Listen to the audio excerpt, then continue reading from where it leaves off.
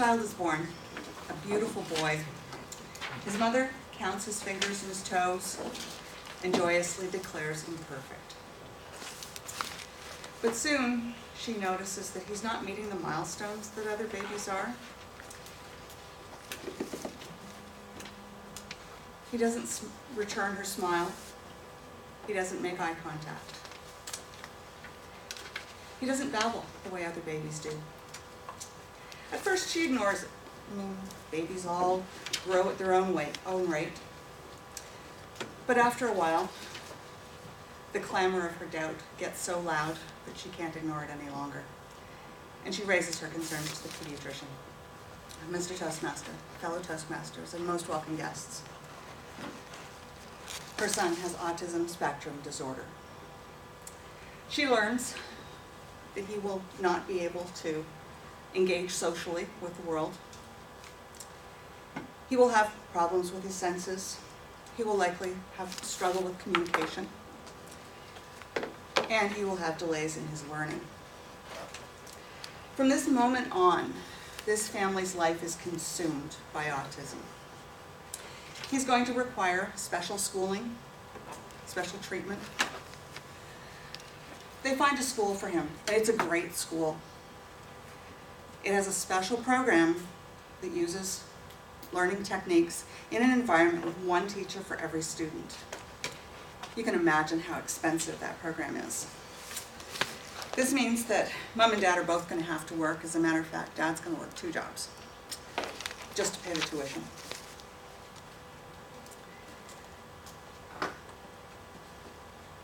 Have you noticed that we're hearing so much more about autism now than we ever used to? When I was growing up, my family didn't know anyone with autism.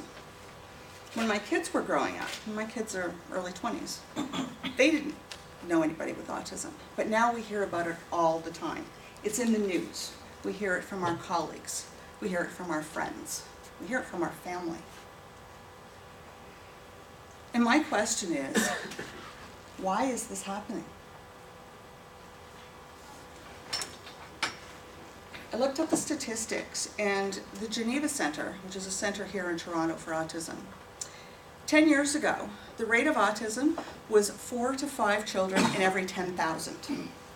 The rate now is 1 in 100. 1 in 100. Why? What's happening? The research in autism says that autism is a genetic disorder. However, it has an environmental trigger. It's called the G&E factor. The genetics don't appear to have changed. So, that means that environmental trigger must be triggered a lot more frequently now than it was just a decade ago. Now, there are other factors involved. The spectrum is now designed a little bit differently. It's a wider spectrum. So that does account for some of this increase, but it certainly cannot account for such a massive change. So what are we doing? What are we as a society doing? There has to be something. The researchers at York University have discovered that there's a link between fluoridation of municipal drinking water and the increase in attention deficit hyperactive disorder. Research done in California has shown that there's an increase in juvenile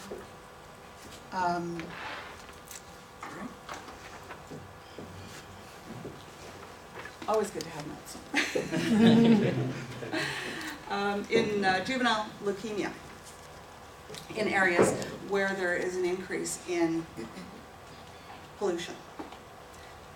So what is the environmental factor that's causing autism to increase? Are we putting something into the environment? Are we polluting something that's causing this?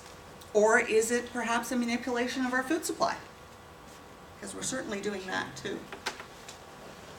Those are some of the questions that researchers are asking. So the child that I was talking about is real. His name's Jason. He's 19 years old now, and he weighs about 190 pounds.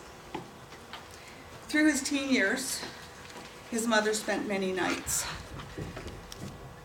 cowering behind a locked door while he smashed holes in the walls and tore the toilet off its moorings.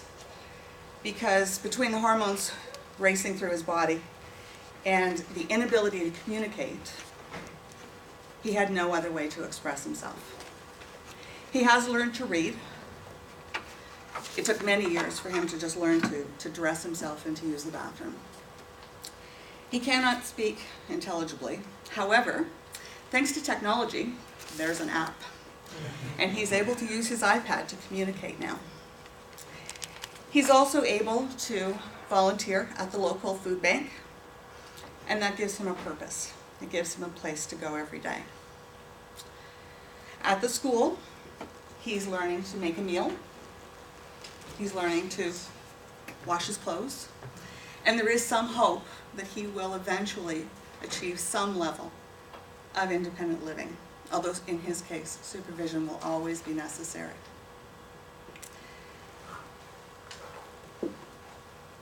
But we need to find out what's happening. It's too late for Jason, but for all the Jasons still to come, we need to find out what we're doing and stop, so that no other mother has to experience the heartache of finding out that her baby isn't perfect after all. Mr. Toastmaster.